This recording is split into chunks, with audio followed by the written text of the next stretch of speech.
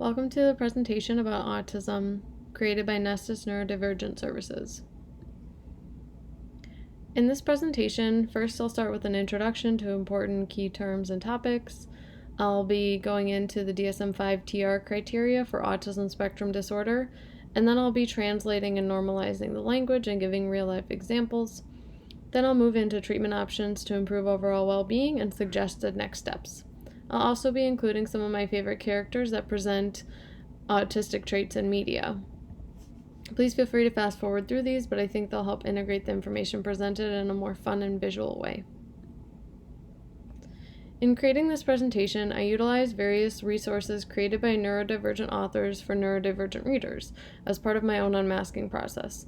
I've read Divergent Mind, Thriving in a World That Wasn't Designed for You by Janera Nierenberg, Neurotribes, The Legacy of Autism and the Future of Neurodiversity by Steve Silberman, and Unmasking Autism, Discovering the New Faces of Neurodiversity by Dr. Devin Price.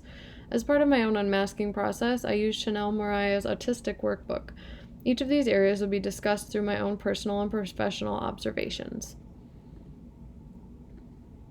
While most other countries use the International Classification of Disease to diagnose medical and mental health, in 1952, the American Psychiatric Association decided to make their own diagnostic manual for mental health conditions, which we call the DSM.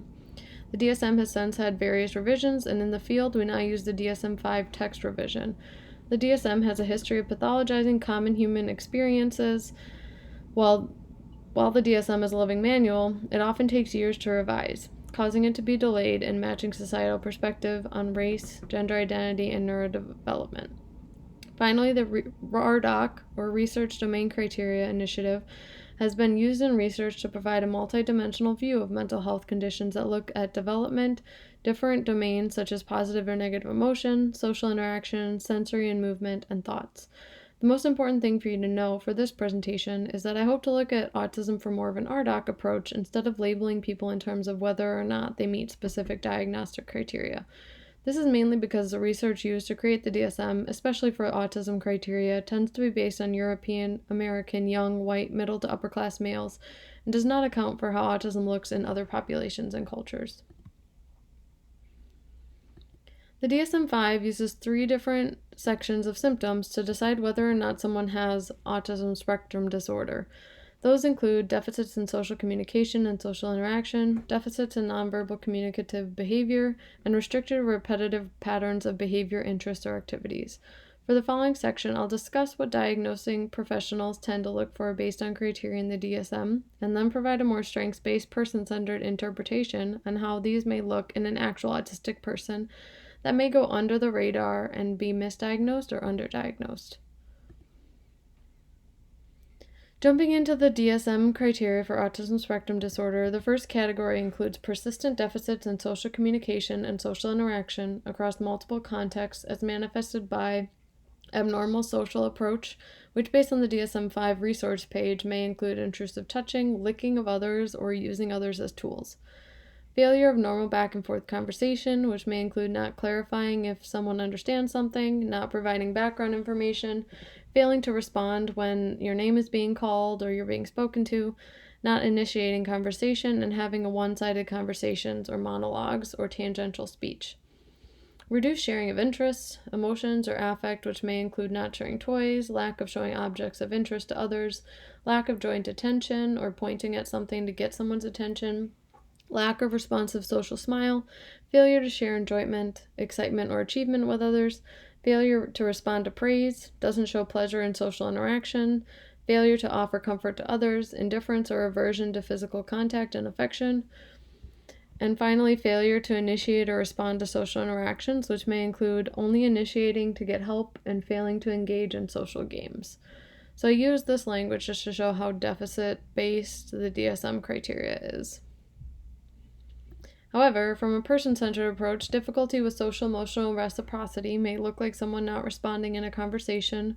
Perhaps they're distracted, they're taking longer to process what's being said, or they don't have anything to add.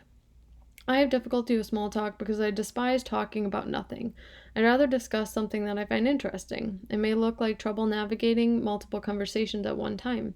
When people are talking over each other or multiple people are trying to get my attention, I may become overwhelmed by too many questions at one time because it doesn't give me the space to think of how to answer each accurately. This may also look like differences in how I show empathy. Instead of knowing how to comfort someone in the moment, I may experience the same pain that they are and try to share a personal experience in which I felt the same way, such as pain, embarrassment, or guilt. I'm not trying to make the conversation about me. It's my way of trying to relate to the person and make them feel that they are not alone in that feeling. This may also look like trouble with understanding non-literal language, like sarcasm, or when people are implying something. I prefer people to mean what they say and say what they mean. I often look differently when I'm listening to someone, as seen in the visual here. I may not make eye contact or face the person. I can listen better when I'm moving around. Finally, social emotional reciprocity may look like being unsure how to accept gifts or compliments. This is something my parents had to explicitly teach me as a child, especially if it was a gift that I didn't actually want. The second criteria includes persistent deficits in social communication and social interaction across multiple contexts as manifested by poorly integrated verbal and nonverbal communication, abnormalities in eye contact and body language, abnormal use and understanding of emotions, and lack of coordinated verbal and nonverbal communication. However, from my point of view, difficulty in nonverbal communicative behavior may look like someone being unsure how to use eye contact. Some people make prolonged eye contact, others may avoid eye contact altogether because it's uncomfortable. I have heard many people discuss ways in which they compensate for this by looking at someone's nose, glancing at their eyes occasionally, or forcing themselves to make eye contact. It may be trouble understanding social cues and expectations based on tone of voice or gesture. Some people may go nonverbal or non-speaking when they're overwhelmed or when they shut down. Many people with autism have differences in how they express emotion on their face. For me, I was told I always had resting B face because I always looked angry, when in reality, that's just how my relaxed face looks. Finally, it may include difficulty identifying and expressing emotions in yourself and others, which is why it's important to try to develop a large emotional vocabulary. Now I want us to watch a clip of Sheldon Cooper from Big Bang Theory and see if you can pick up on some of the social differences he shows.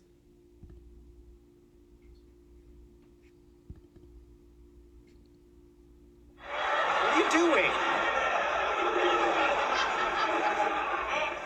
Every Saturday since we've lived in this apartment, I have awakened at 6:15, poured myself a bowl of cereal, added a quarter cup of 2% milk, sat on this end of this couch, turned on BBC America, and watched Doctor Who.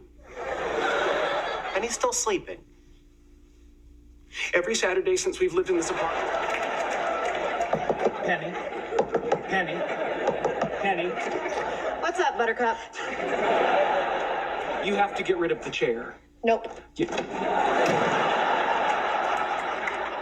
Penny.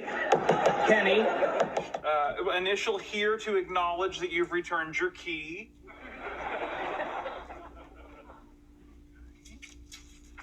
Oh, yes, as my future neighbor, I'd like you to have a key. Well, enjoy your big evening. Penny, I realize you're also on your own tonight, so if at some point you find yourself with nothing to do, please do not disturb me. Have fun. Have you ever considered trying to do something useful? Perhaps reading to the elderly? Excuse me? Yeah, but not your books. Something they might enjoy. I'm leaving. You can't leave. I need you. You do? Yes. You're my ride. Hey, Sheldon, look, I am scared and in a lot of pain. Could you please take a break from being you for just a minute and try being, I don't know, comforting? I'm sorry. There. Alright, that was just a clip of, if you want to look at the further video, go ahead and watch it on YouTube.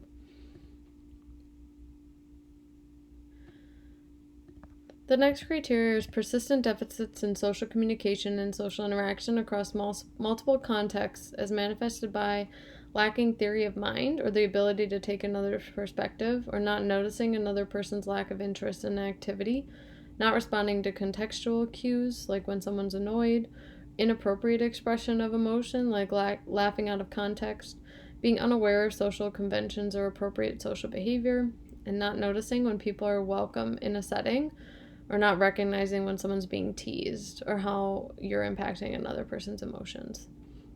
It may be lack of imaginative play with peers or trouble with role playing, not attempting to initiate friendships or having preferred friends, lack of cooperative play or not playing in groups, not playing with kids your own age, interest in friendships but lacking understanding of social interactions, so being overly bossy or overly passive, and not responding to social approaches of other kids. Lack of interest in peers, withdrawn or in their own world, doesn't try to attract attention of others, unaware of others, or preferring solitary activity. From a strengths and differences perspective, difficulty in understanding, creating, and maintaining relationships is likely related to the double empathy problem, which suggests that differences in communication and social interactions between neurotypical and neurodivergent people is a two-way street. It suggests that deficits lie only on the autistic person's side of the street is extremely problematic and stigmatizing. Many autistic people use strategies to fit into a neurotypical setting, such as masking or mimicking. Masking can be conscious or unconscious and includes changing one's facial expression, language, or behaviors to appear more neurotypical. One may force eye contact and put on a different persona or mask depending on the setting. For me, I feel like I have to put on a different mask, even depending on which group of friends I'm with. There are a few people who have seen the true me completely unmasked. However, it's important to understand that some people cannot unmask completely in a neurotypical world, whether it's due to employment constraints, gender identity, racial, ethnic, or other marginalized identities. Autistic people can have trouble picking up on subtle nuances in social interactions. For example, we may feel very gullible or overly trusting of strangers or people in power. This may range from being picked on by popular kids who you thought were your friends, being taken advantage of by your employer, or falling victim to some sort of financial scam. Here's a little bit of the video about Wednesday Addams, one of my new favorite characters, because I believe she presents as autistic. She has very flat affect, is very fixated on her interests and goals, and does not appear to have an easy time getting along with others at her school.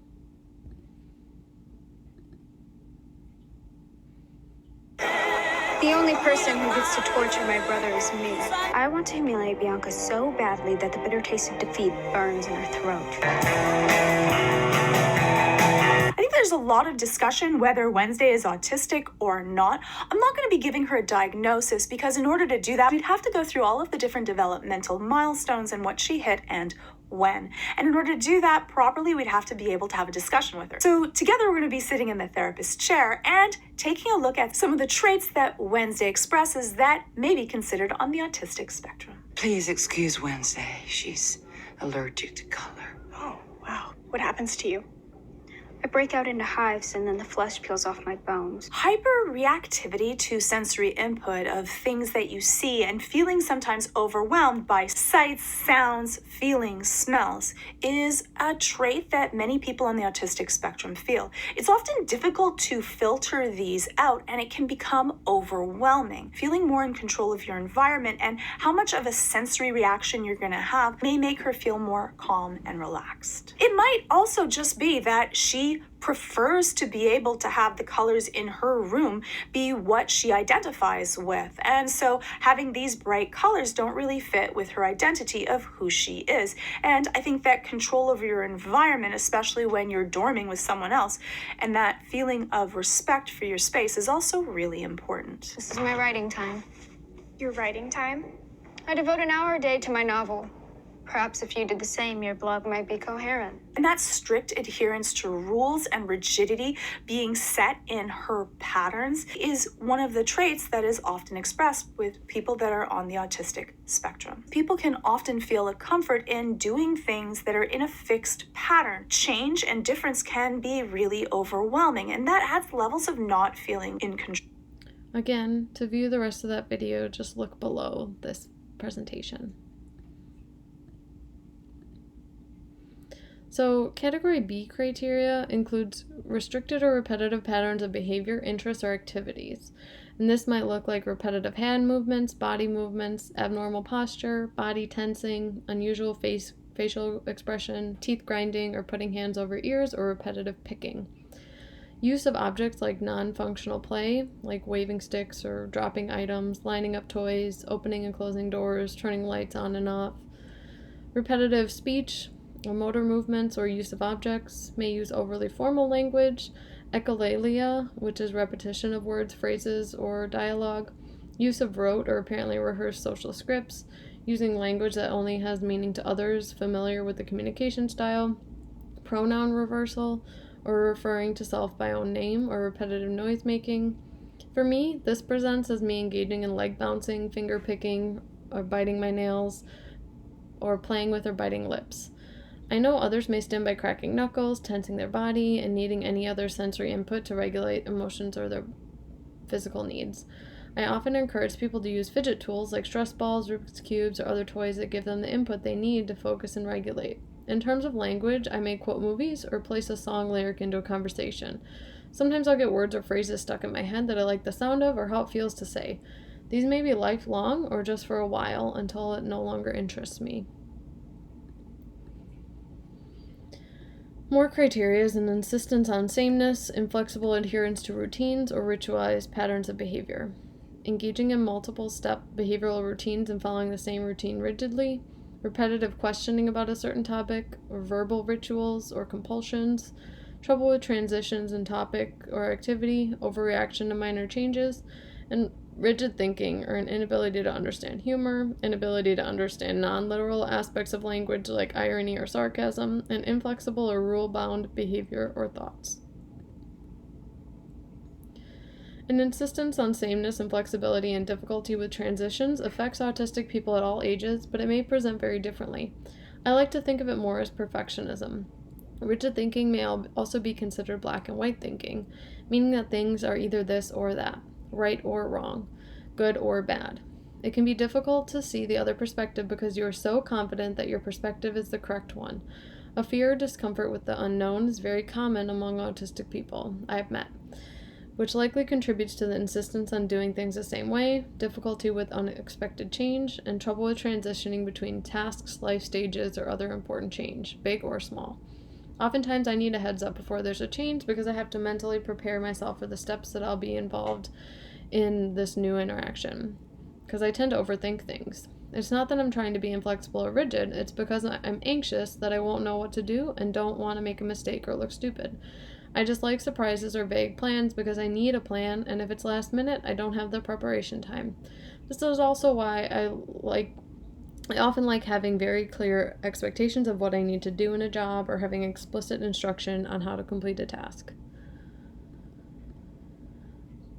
The next DSM criteria is a highly restricted fixated interests that are abnormal in intensity or focus, obsessive interests of abnormal intensity, narrow range of interests, or focus on the same few objects or activities. I have a big problem with this section of the DSM because it pathologizes someone having interest and giftedness in a specific area. It also is subjective because some intense interests are praised while others are not. For example, my special interest and obsession has always been other people, which has allowed me to become a psychologist by channeling that into a neurotypically acceptable way. However, some people have intense interest in things like dinosaurs or video games, which may be seen as a waste of time or may annoy others if they talk about it too much. Our special interests can cause social difficulties unless we find others who share our interests, or we find ways to use our special interests in everyday interactions. If we can find some way to integrate our interests into learning, our job, or into our routine, it'll make us so much happier. Next is hyper or hyporeactivity to sensory input or unusual interest in sensory aspects of the environment. High pain tolerance or preoccupation with texture or touch, unusual visual exploration like closely inspecting objects, looking at things in the corner of the eye, extreme interest or fascination with watching the movement of things, or an odd response to sensory input, or an atypical or persistent focus on sensory input. Neurodivergent people, especially autistics, have sensory processing differences that affect everyday functioning.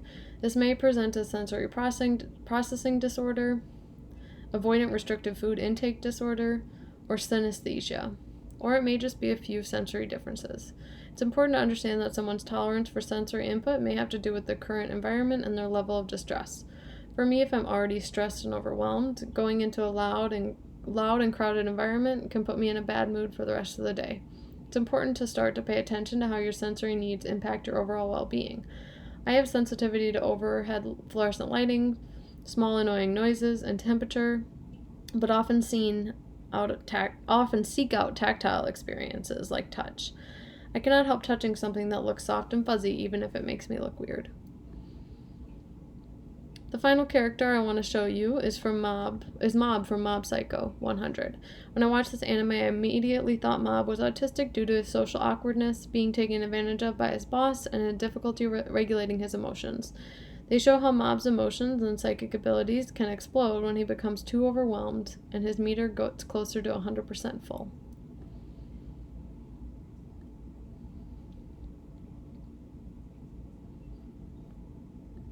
I think there are a lot more neurodivergent anime characters than many creators let on. Particularly though, let's talk about Mob Psycho 100.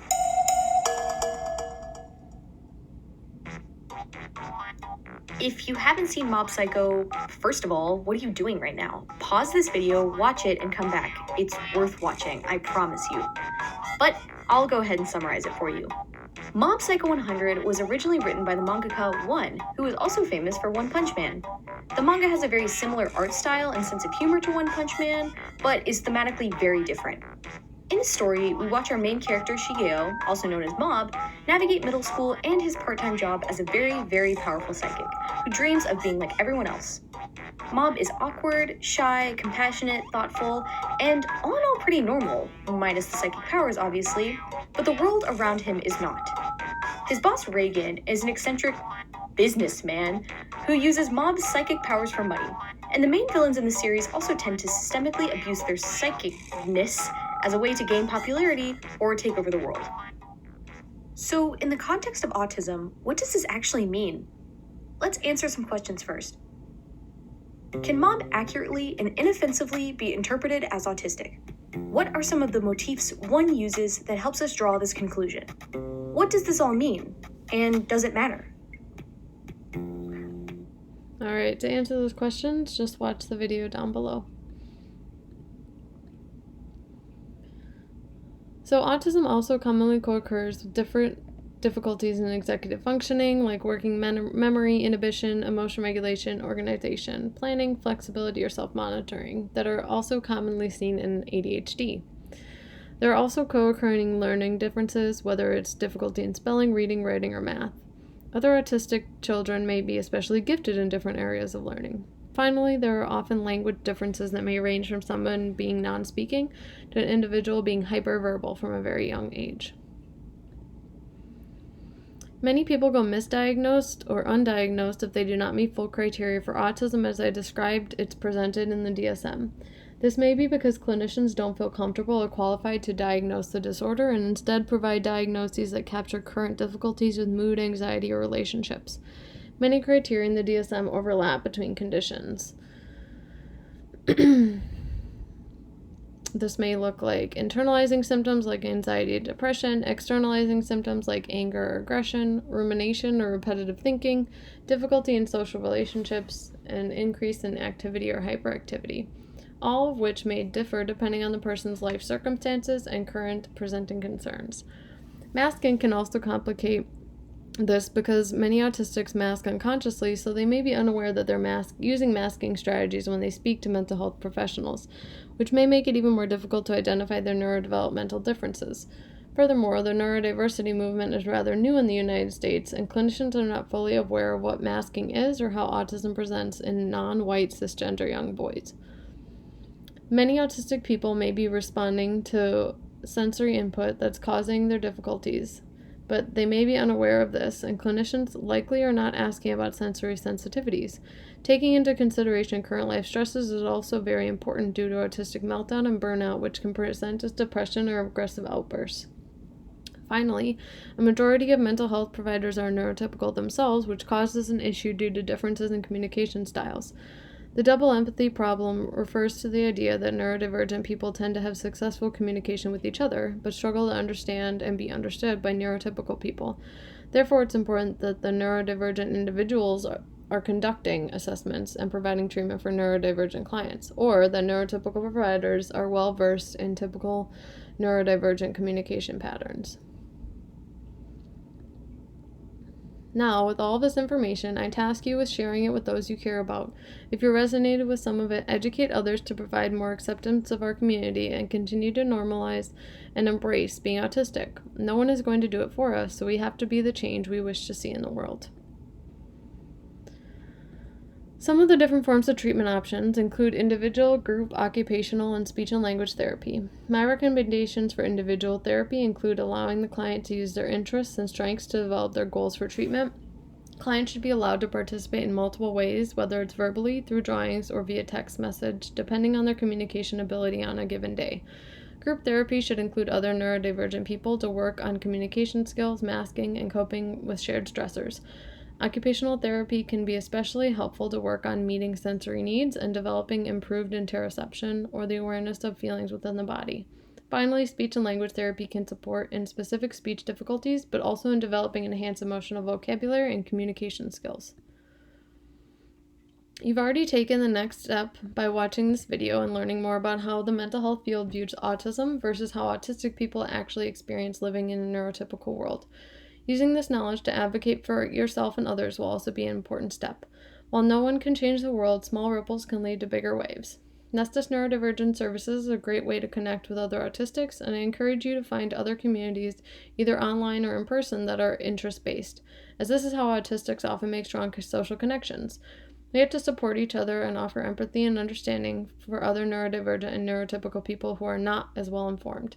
Having such conversations calmly and without judgment is the best way to gain acceptance and understanding on both sides. Finally, continue your journey of self-exploration to determine what aspects of autism or neurodivergence fit for you and which don't. All mental health is on a spectrum, meaning everyone has their own unique strengths and differences. It's important to learn about yourself so you can authentically live unmasked as much as possible. Thank you for watching this psychoeducational video. If you enjoyed this, stay tuned for more educational videos and content to help you understand neurodiversity, and check out the rest of the website to see what else there is to offer. Finally, I wanted to end with some famous autistic names. While we don't have proof that all of these people are autistic, many of them have behavioral characteristics similar to those I presented today. This is just a small list, so go check out others, especially Temple Grandin, who is a huge autistic advocate. Thank you so much for your time. I hope you got something useful out of this presentation.